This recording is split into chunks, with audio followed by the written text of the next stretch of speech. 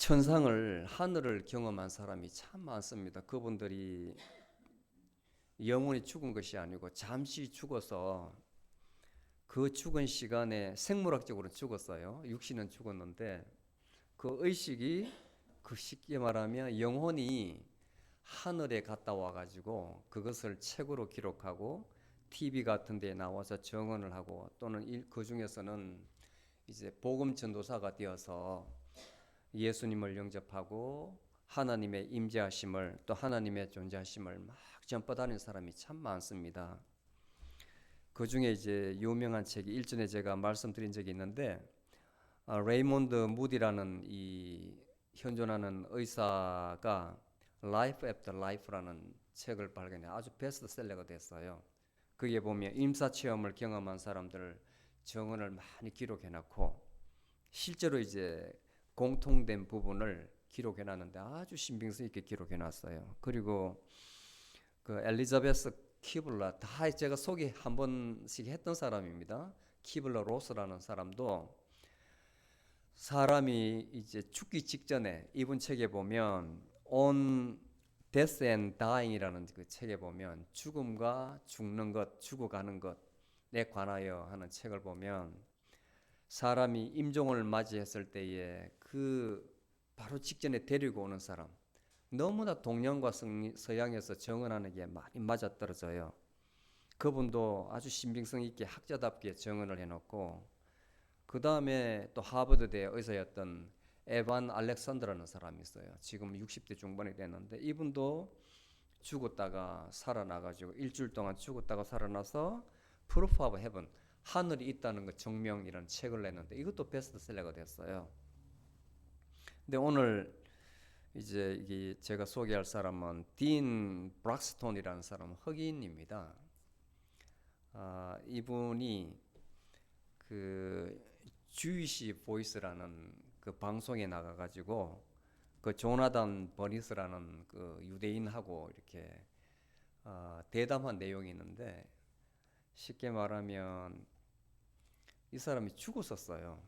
병원에 그 콩팥이 감염돼 가지고 인펙션 돼 가지고 치료를 받으러 들어갔는데 그 병균이 온몸에 퍼져 가지고 아마 1시간 반 동안 심장이 딱 정지되어서 죽었었어요. 그래서 그 TV에 나와서 정언하는 게 그러면 죽었다고 했는데 너는 죽었다는 것을 모르고 있었을 것이고 그때의 그 의식이 어떻게 돼 있었냐 이제 나와서 정언을 해요. 똑같은 내용입니다. 자기는 내가 알지 못하는 자신이 알지 못하는 곳에 터널 속으로 빨려 들어가 가지고 하늘을 갔다는 거예요. 하늘을. 거기 가니까 엄청난 빛이 브라이트네스 엄청난 광채가 있었는데 거기에서 예수님을 만났다는 거예요. 예수님을.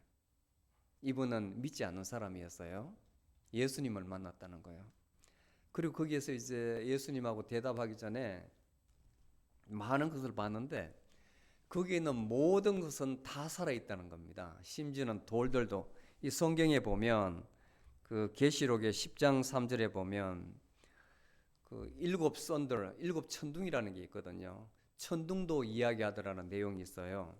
실제로 천둥도 이야기를 하고 그 다음에 16장 7절에 보면 그 이런 재단이 있습니다. 재단도 saying, speak, 말을 하더래요. 무생물도 다 말을 하더래요. 모든 것이 다 살아있대요. 거기에는. 그리고 자기의 먼 친족들, 이미 죽었던 친족들도 다 보고 다 살아있대요. 마치 변화사에서 예수님께서 엘리와 모세를 다 만나잖아요. 죽었던 사람인데 그 수천 년 전에 죽었던 사람을 다 나와가지고 베드로와 요한이 그 장면을 본 거예요. 똑같은 거래요. 사람이 죽지 않고 거기 다 있더라는 겁니다. 생생하게 다 봤대요. 그래서 예수님을 만났는데 뭐라고 예수님께서 말하냐면 네가 돌아가면은 네가 무엇을 하든지 말에나 일에나 다 주 예수의 내 이름으로 하고 나를 힘입어서 아버지 하나님께 감사하라더래요. 그래서 그때 자기 입에서는 감사합니다. 감사 그 말밖에 안 나오더래요. 감사하다는 말밖에. 그리고 이제 용서. 내가 이렇게 죄를 세상에 있을 때 많이 지었는데 어떡합니까? 막 그 앞에서 두려워하니까 이미 너는 나로 인해서 다 용서받았다. 그렇기 때문에 여기 왔다 이야기를 하러 돼요.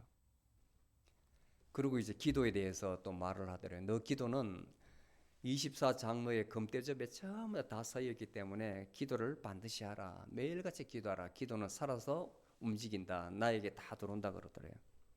그러고 나서 이 사람이 깨어난 거예요. 깨어난 거예요. 그러니까 완전히 이 사람은 이제 두 번 산 목숨이 되어가지고 확신을 가진 거죠. 만나고 왔으니까. 그 의식이 너무나 선명하니까.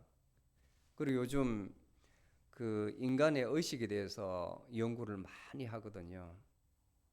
그 제가 또 읽고 있는 책 거기 보면 이분도 의사입니다. 질 타일러라는 여성분인데 이분도 보니까 교통사고를 당해가지고 뇌가 아마 다쳤는데 굉장히 신비한 경험을 한 거예요. 자뇌와 우뇌, 뇌신경학자, 뇌과학자예요. 뇌의사인데 그 테드 TED라는 프로그램에 나와가지고 증언하는 거 보니까 말할 수 없는 그 평안함. 그러니까 자뇌에서는 늘 이렇게 속삭여가지고 생각을 하게 만들고 잔잔한 것 항상 오거나이저가 돼 있어야 되고 자기를 늘 괴롭히는데 그게 다쳐가지고 딱 동작을 멈추고 우뇌가 있으니까 그렇게 내 마음이 그 사람 마음이 잠잠하더래요.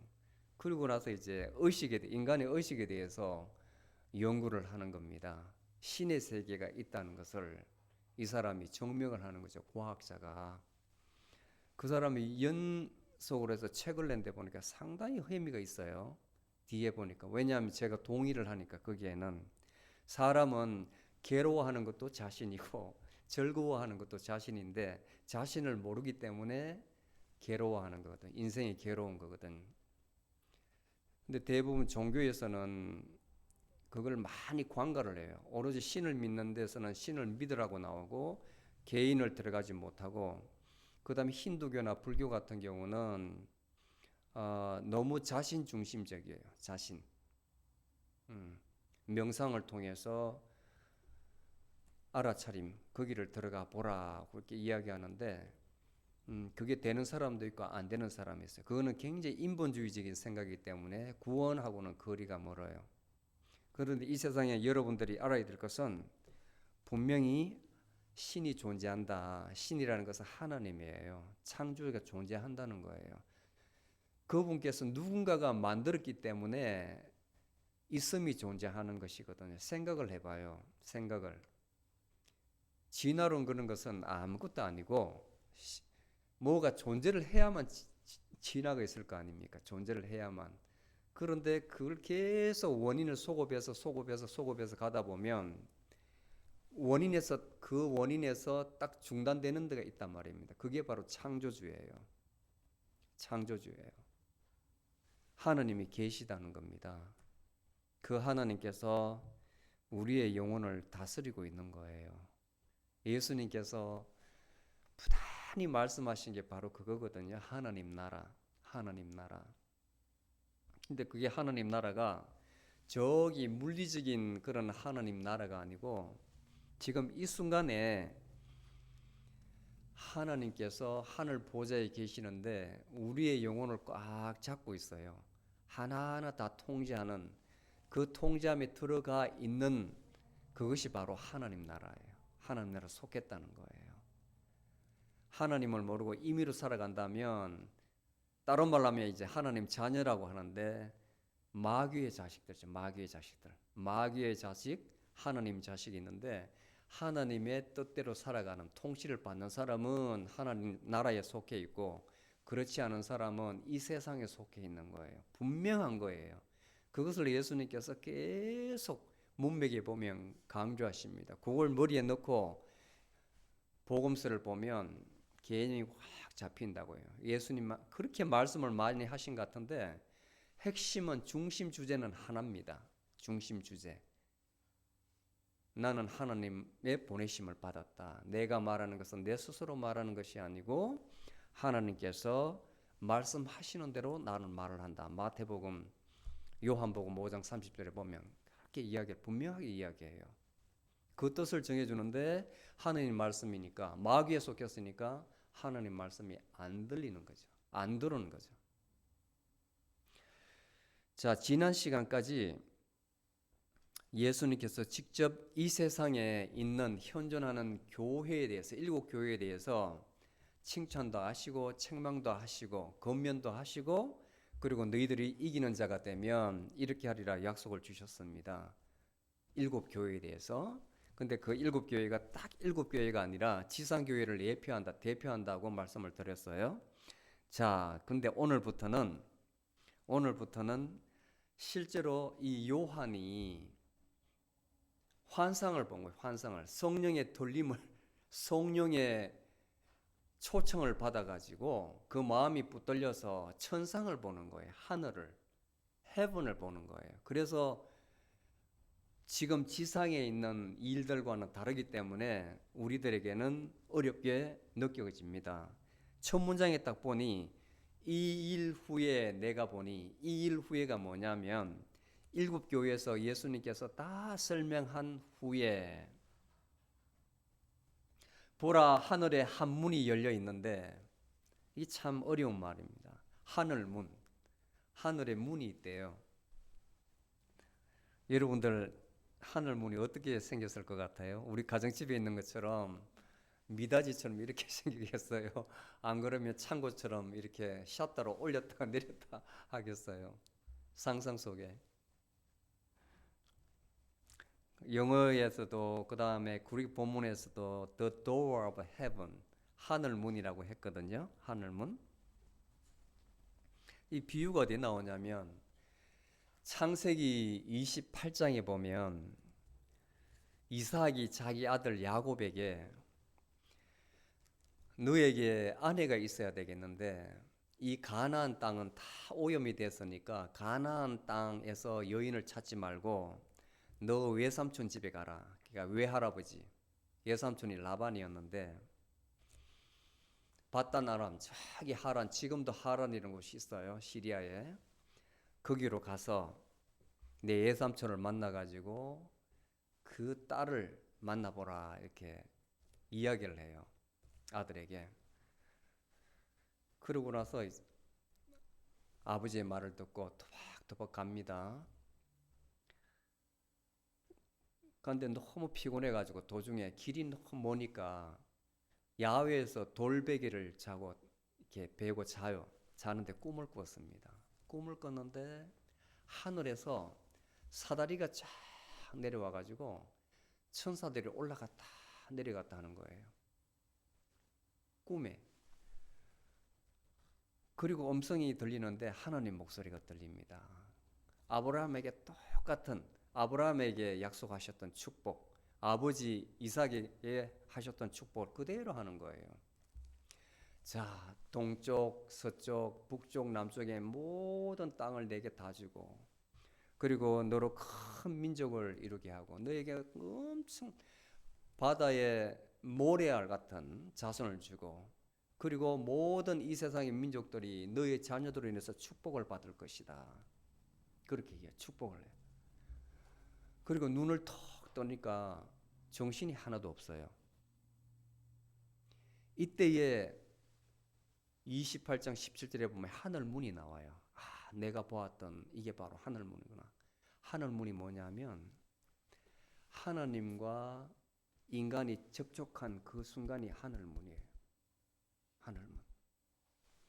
그리고 그 돌베개했던 돌을 세워가지고 베델이라고 전을 만들어요. 하나님 기념탑을 딱 만들어요. 그리고 서원을 합니다. 하나님, 내가 내 아내를 구하러 가는데 내 가는 길까지 끝까지 동행해 주시고 나를 지켜주시고 나에게 길 가는 동안 먹을 것을 주시고 나에게 길 가는 동안 입을 것도 주시고 아내를 데려가 아버지 앞으로 무사히 집에 돌아오게 하옵소서. 그리하시면 내가 오늘 돌베개로 베었던 이 돌로 세운 요 장소가 하나님 아버지의 성전이 되고, 그리고 하나님께서 나에게 주신 모든 것의 10분의 1을 11조로 드리겠나이다 서원을 해요. 자, 이때에 처음으로 하늘문이라는 게 나와요. 하늘문. 말씀드렸듯이 인간과 하나님이 접촉하는 점, 하늘문이에요. 그리고 신약에 보면 고린도전서 12장 1절부터 6절까지 말씀이 나오는데, 사도 바울이 지금 터키 지역에 전도를 갔습니다. 루스드라는 곳에서 전도를 하다가 거기 유대인들한테 잡혀가지고 거의 돌 맞아가지고 죽었어요. 그래서 유대인들이 죽은 줄 알고 밖으로 집어 던졌는데 거짓반 죽었기 때문에 바울이 환상을 본 거예요. 처음에 제가 어떤 사람이 죽어서 하나님 나라에 올라갔다 경험했다 그랬죠. 똑같은 거예요. 바울도 죽은 거예요. 이때에 본인이 고백하기를 삼청천에 올라갔다는 겁니다. 삼청천, 셋째 하늘에 올라갔다는 거예요. 많은 신학자들이 이 셋째 하늘이 어딜까 참 다양한 의견을 많이 내놓았는데, 이제 결론적으로 합해졌어요. 통일이 되었습니다. 첫째 하늘은 우리가 이렇게 보는 하늘, 새들이 막 이렇게 날아다니는 하늘이 있잖아요. 이 하늘. 그 다음에 그 위의 하늘은 궁창이라 해가지고 대기권에 있는 하늘.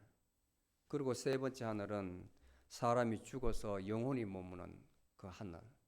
아마 바울도 그 하늘 낙원에 들어갔지 않나, 그렇게 많은 신학자들이 동의를 해요. 실제로 우리 영혼이 죽어서 가는 곳이 있다는 거예요. 가는 곳이. 자, 여기까지 하고, 하늘 문이 열려 있는 내가 처음 들은 바 낫발 소리 같은 그 음성이 내게 말하되 이리로 올라오라. 이후에 마땅히 될 일을 내가 내게 보이리라. 자, 이리로 올라오라. 이제부터 앞으로 될 일을 너한테 보여주겠다는 거예요. 예수님께서 요한에게. 그리고 성령에 이끌려 가지고 하늘로 영이 인도되었는데, 육신은 땅에 있겠죠. 성령은 인도돼 가지고 하늘 나라를 보는 거예요. 그러니까 그 하늘에 보호자라는 게 자리입니다. 보호자. 옛날 사극에 보면 왕들 앉는 자리가 있죠. 그 보호자가 하늘에 딱 펼쳐져서 어떤 분이 거기 딱 앉아 있는 걸 보는 거예요. 요한이. 그리고 어떻게 표현했냐면 그분의 모양이 벽옥과 홍보석 같고, 그분의 모양이 벽옥과 홍보석 같고, 이게 뭔가 찾아봐서 벽옥이 뭔지. 여러분들 영어로 하면 제스퍼라는 보석을 본 적 있어요? 제스퍼. 이게 뭐냐면 제가 이제 그 인터넷을 찾아보니까 옛날 이 시대 사람이 참 좋아했던 보석이래요. 이 시대 사람이 그걸로 해가지고 아주 보석도 가공을 하고 집안에 장식도 하고 그렇게 했다는데, 우리말로는 그야말로 벽옥인데 이 색깔이 황색같이 그렇게 생겼더라고요. 황색같이. 그 다음에 홍옥은 그 샤딘이라는 건데 참 예뻐요. 빨갛게 자주색으로 되어 있는데 돌이 굉장히 예쁘더라고요. 근데 하나님을 이렇게 묘사를 했어요. 그리고 그 보좌 뒤에 무지개가 쫙 있는데, 무지개는 에메랄드가 녹색이죠. 거기 보면 녹보석 같다 이렇게 되어 있잖아요. 왜 무지개를 그렇게 형상을 해놨냐면 하나님께서는 약속의 하나님, 언약의 하나님입니다. 하나님께서 인간을 다 썰어버리고 창세기 8장에 보면 약속을 했습니다. 언약을 다시는 물로 심판하지 않으리라, 그렇게 이야기를 했습니다. 그 표시가 바로 무지개거든요. 하나님께서 한번 말씀하신 것은 지키신다. 심판은 하시되 물로는 심판하지 않으신다. 심판하신 하나님이시다는 것을 여기서 보여주는 거예요. 자, 그리고 그 뒤에 보세요. 이 보좌 주위에, 하나님 보좌 주위에 머리로 상상을 하세요. 글로 보면 안 돼요. 글로 보면. 보좌에 24명의 장로들이, 보좌가, 의자가 24개가 쫙 둘러져 있는데 거기에 24 장로가 딱 앉아 있는 거예요. 24 장로들이. 여기에 또 의견도 참 많아요. 이게 사람일까? 근데 여러 가지 의견 중에서 제가 결론만 간단하게 말씀을 드릴게요. 많이 알면 머리 아프니까. 이 사람들은 생물체, 우리 인간들을 대표하는 영적 존재들, 우리 인간들을 대표하는 영적 존재들, 하나님 옆에서 늘 예배하고 경배하는, 찬송하는 영적 존재들, 천사들 보시면 돼요. 자, 이 사람들이 흰옷을 다 입고, 흰옷을 입었다면 그야말로 죄 없이 의로운 사람이라는 거예요. 그리고 면류관을 쓰고 있더라. 그 면류관 전부 다 지상세계에서 승리한 사람들이죠. 승리 이긴 사람들. 일곱 교회의 마지막에 보면 전부 다 너희들 이기는 자, 이기는 자. 그 면류관을 쓰면 내가 어떻게 하리라? 내 보좌 위에 앉히리라.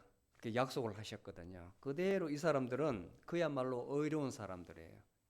우리 믿는 자들을 예표하는 사람, 대표하는 사람들이에요. 이 사람들은. 그리고 번개와 천둥과 음성이 나고, 성경에서 번개와 천둥 이렇게 표현하면 항상 하나님, 예수님과 연결되어 있는데 심판하시는 분이다 이렇게 보면 돼요. 사람들에게 우리 자연세계에서 밖에 비 오기 전에 엄청나게 번개와 천둥이 치면 왜 뭔가 집이 흔들하고 좀 두렵잖아요, 마음이. 그것 보고 만약에 밖에 가서 막 뛰면서 좋다 하면 그것은 정신이 좀 이상한 사람이에요. 대부분 정상적인 사람들은 번개가 쾅쾅 치고 천둥이 치면은 두려워한다고요. 그래서 천둥과 번개로 묘사되면 심판하시는 하나님 이렇게 보시면 됩니다. 그리고 7 영들이 있는데 이건 성령이에요. 성령. 성령을 묘사할 때는 하나님께서는 보이지 않은 하나님이시고 항상 영존하시는, 변하지 않은, 어제와 오늘과 내일이 동일하신 하나님이세요. 하나님은 그대로 계세요. 실제로 우리에게 활동하시는 분은 성령님이 하세요. 성령님이. 이 땅에서 이루어지는 것은 하나님의 뜻에 따라 누가 한다? 성령님께서 하시는 거예요.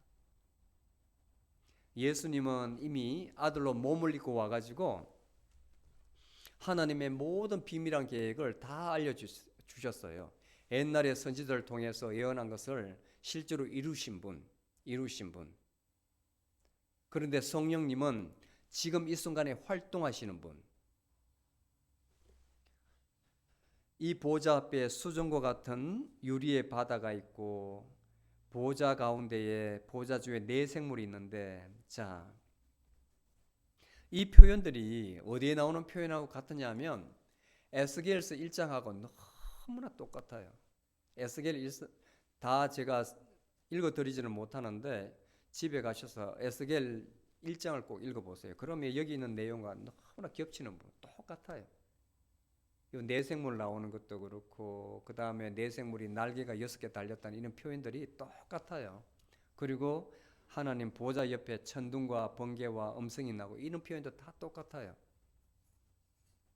이거를 쓰기 600년 전에 그 내용과 똑같은 거예요. 그러니까 그 에스겔도 바벨론의 포로로 잡혀가지고 지금 이라크 지역에 있는 그발 강가에 딱 있는데 환상을 본 거예요. 환상을 보니까 하늘 문이 열리면서 이것을 본 겁니다. 하늘에 보좌가 있고 그리고 그 보좌 주위에 네 생물이 있는데 이 각 생물마다 날개가 6개 달려가지고 얼굴을 가리고 하나는 파닥파닥하고 2개는 발을 가리고 이렇게 있는 거예요. 그리고 그 보좌 앞에 수정과 같은 유리의 바다가 있고 하나님의 그 아름다우심, 그 권능을 이야기하는 표현입니다. 이 표현이 굉장히 우회적인 표현이죠. 하나님의 아름다움, 뷰티 또는 권능을 이야기합니다. 그 다음에 네 생물이 있는데 네 생물이 뭐냐 하면 사자, 얼굴이 사람 같고 그리고 독수리 같은 거예요. 왜 이런 표현을 썼냐면 이것은 사람이 아니라 24장로들은 사람들의 대표, 영적인 존재이고 여기에 네 생물들은 무생물들의 대표적인 영적인 존재예요. 조금 전에 처음에 제가 말씀드렸죠. 무생물도 다 이야기한다고 그랬잖아요. 하늘에서는 하나님께서 모든 것을 다 창조하셨기 때문에 하나도 없이 다 구원을 받고 하나님 통제를 받는데 24장로는 인간들의 대표고 여기 네 생물들은 모든 무생물의 대표입니다. 무생물의 대표. 그리고 6날개가 가득 있고 그들은 눈이 가득하더라. 지혜가 충만하더라 이 말이에요. 이들이 밤낮 주야로 천국에는 밤이 없습니다. 왜냐하면 하나님의 영광 그 다음에 어린 양의 그 광채가 빛이 나가지고 요한계시록 마지막에 보면 21장에 보면 그리고 22장에 계속 보면 거기에는 슬픔도 없고 눈물도 없고 어두움도 없는 것이에요. 항상 광채만 빛나는 거예요. 그리고 아까 소개했던 그 딘이라는 사람도 똑같이 정언했어요. 밤이 없대요. 그렇게 밝더래요. 밤낮으로 쉬지 않고 거룩하다 거룩하다 거룩하다 대주제 하나님 전능자시며 전에도 계시고 이제도 계시고 장차 오실 자라 하고 이 표현도 이사야서 6장 3절에 나와 있는 표현하고 똑같습니다. 이사야서도 환상을 보는데 그때는 이 네 생물을 스랍이라고 표현해요. 스랍으로 표현할 스랍이 바로 천사입니다. 천사들이 날개를 치다 하면서 그 보좌 옆에서 거룩하다 거룩하다 거룩하다 하나님을 이야기해. 하나님은 거룩하신 분이시거든. 똑같은 표현이에요. 이사야 6장 3절에 나오는 표현입니다. 이 생물들이 하나님께 영광과 존귀와 감사 바로 그것으로 예배를 하는 거예요. 그 보좌의 주위에서 이 네 생물은 영광과 존귀와 감사로 보좌에 둘러가지고 예배를 드립니다. 그리고 12장로는 어떻게 예배를 드리냐면 11절에 보면 영광과 존귀와 능력으로 예배를 드려요. 예배를 드려요. 똑같은 표현입니다. 이 두 개가 똑같은 표현. 이 하나님을 보호자 하는 모든 생물의 대표, 모든 무생물의 대표가 하나님 주위에서 밤새도록 하나님을 경배하고 예배한다는 거예요. 그 모습을 요한이 보는 거예요. 10절에 보니까 24장로는 보호자에 앉으신 분 바로 하나님이죠. 앞에 엎드려서 세세 무궁토록 사시는 분에게 경배하고 자기의 면류관을 보좌 앞에 던지며 이 표현은 뭐냐면 옛날 요한이 기록하던 이 시대에 로마 제국 시대인데 야전에 있는 장군들이 황제에게 충성을 맹세할 때 그 머리에 쓰고 있던 그 투구를 왕에게 벗어서 이렇게 던졌대요. 충성 맹세. 그 같은 표현입니다. 12장로들이 머리에 쓰고 있던 금면류관을 보호자 위에 던졌다. 이 표현은 하나님께 충성을 다한다는 거예요. 충성, 헌신을 다한다는 거예요. 그렇게 예배를 드리고 있더라는 것을 본 겁니다. 대주제시여 주께서 영광과 존귀와 능력을 받으시는 것이 합당하오니 그 이유는 주께서 만물을 지으셨습니다. 창조주라는 거예요. 하나님께서 창조주이시기 때문에 하나님이시기 때문에 마땅히 예배를 받으시는 것이 합당하다는 거예요. 주의 뜻대로 만물이 존재하고 또 지으심을 받았나이다. 하나님께서 말씀으로 다 창조했잖아요. 창세기 1장에 보면 그렇게 하나님을 보좌하는 그 사람들이 24장로들이 또 네 생물들이 이렇게 이야기하더라는 거예요.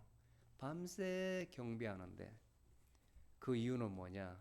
하나님께서 창조주이시기 때문에 모든 것은 이 땅의 모든 것은 마땅히 하나님께 예배를 드려야 된다는 거예요. 자, 그렇다면 우리는 우리의 대표들이 저 천상에 있는 하나님 주위에서 그렇게 예배를 드리는데 이 땅에 사탄의 지위를 받고 있는 통제를 받고 있는 여기에 사는 우리는 만약에 하나님을 몰랐다면 그냥 막 살아갈 거예요. 막 살아갈 거예요. 우리가 성경 이제 공부 시간에 이 세계를 분명히 이제 왜 세상은 이렇게 구분되어 있나, 하나님 나라, 사탄의 나라 구분되어 있는가 공부할 거예요. 그 개념을 딱 잡고 있으면 여러분들이 하나님께 선택받았다, 예배드린다는 게 굉장히 감사한 거예요. 여기 보시잖아요. 말씀에 영광과 존귀와 감사, 영광과 존귀와 능력, 정말 영광스러운 거예요. 영광스러운 거예요. 아주 귀한 거예요. 마땅히 지음을 받은 우리가 지은자에게 감사를 드리는 것은 너무나 합당하다는 겁니다. 그러니까 우리 주변에 우리가 당연히 전도해야 될 목적이 생기는 거죠. 우리 내 가까운 사람들, 친척들, 친구들, 믿지 않는 사람 보면 우리들 마음에 참 불쌍한 마음을 가져야 돼요. 아직까지 저렇게 모르고 사는구나, 자기 뜻대로 사는구나, 자기 방식대로 사는구나. 복음의 씨앗은 줘야 됩니다. 복음의 씨앗은 용기를 내어가지고, 그것은 여러분들이 말하는 게 아니라 예수님께서 말씀하셨어요. 그 제자들을 보낼 때에 너희들이 가서 하나님 나라를 전하고, 하나님 나라를 전하고 귀신을 내쫓고 그리고 병 고치는 것을 능력을 행하라 그랬거든요. 자, 그게 뭐냐면 너희들이 하는 것이 아니고 하나님이 하신다. 내가 한다는 거예요. 여러분들 말하는 것도 여러분들이 생각을 많이 하잖아요. 생각을. 그러면 여러분들이 하는 거라. 그러면 주저해서 안 돼요. 마땅히 말할 바를 예수님께서, 성령님께서 주신다고, 그 순간에 그렇게 갔을 때에 담대하게 복음을 전가할 수 있지. 야, 가서 저 사람 어떻게, 만약에 그렇게 하면 내가 무안해서 어떻게, 망신당하면 어떻게, 이렇게 갈등하잖아요. 내 인간적인 생각이 개입돼 버리면 절대로 전도를 못해요. 모든 일이 그래. 하나님 일은 내 생각이 개입되면 하나님께서 도와주시죠. 네가 해보라고 도와주시지 않으세요. 하나님 일은 하나님께서 하시도록 놔둬야 됩니다.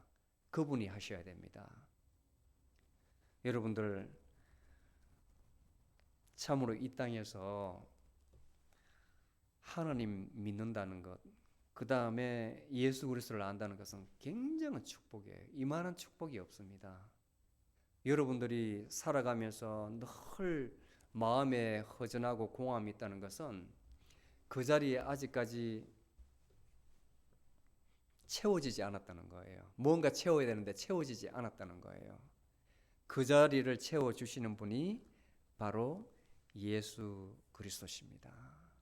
여러분들이 잘 믿으시면 언젠가는 그 자리에 죄의식에서 의로 차고, 그리고 죄의 결과는 죽음입니다. 사망입니다. 죄의 결과는 생명이 들어와요.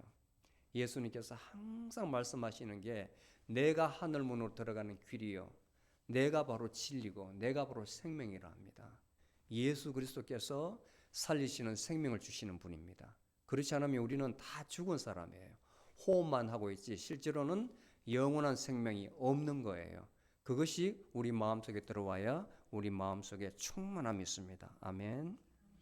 자, 어떻게 예배해야 되느냐? 마지막으로 제가 이사야서 66장 1장 2절 말씀에 답이 있어서 오늘 24장로 그리고 네 생물, 이 사람들이 하나님 보좌 옆에서 어떻게 예배드리는가, 방법은 설명하지 않았어요. 방법은 그냥 마땅히 우리의 창조주이시기 때문에 예배 드려야 된다 했는데 어떻게 예배 드리느냐, 이사야 선지자가 말씀을 해주고 있습니다. 제가 읽어드리겠습니다. 마음이 가난하고 심령이 통회하며 나의 말을 두려워하는 자는 내가 돌보려니와.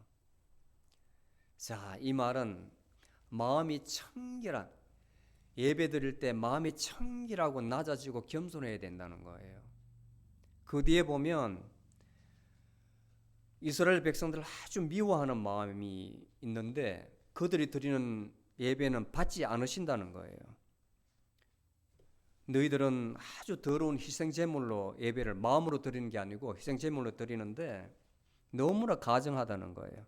그래서 내가 무서운 것들로 너희들을 심판을 하는데 내가 불러도 너희들은 대답하지 않았고 내가 말하여도 듣지 않았고 나의 목전에서 악을 행하였고 나의 기뻐하는 것을 너희들이 행하지 않았다. 그러니까 너희들 예배를 내가 받지 않겠다. 나의 기뻐하는 예배는 마음이 청결하고 심령이 통회하며 나의 전하는 말을 두려워하는 자에게 그들로부터 내가 예배를 받겠다 하셨습니다. 여러분들 지금까지 예배 드릴 때에 제가 누누이 강조했습니다. 참으로 진리는 하나님 말씀, 그리고 영으로 예배를 드리라고. 그리고 일찍 나오셔서 마음에 준비하고 있다가 세상의 모든 생각을 다 내려놓고 조용하게 기도하고 있다가 예배로 들어가야 된다. 그래야만 성령으로 예배를 드릴 수가 있다. 그리고 그 성령의 그 맑아진 마음에 하나님의 말씀이 들어온다고 말씀을 했습니다. 똑같은 말이에요. 앞으로 예배 드릴 때는 예배자는 하나님께서는 마땅히 예배를 받으셔야 될 뿐입니다. 이왕 예배를 드리는데 형식적으로 드리지 않고 그야말로 깨끗한 마음, 청결한 마음으로 예배를 드릴 수 있는 우리가 되시기 바랍니다. 아멘.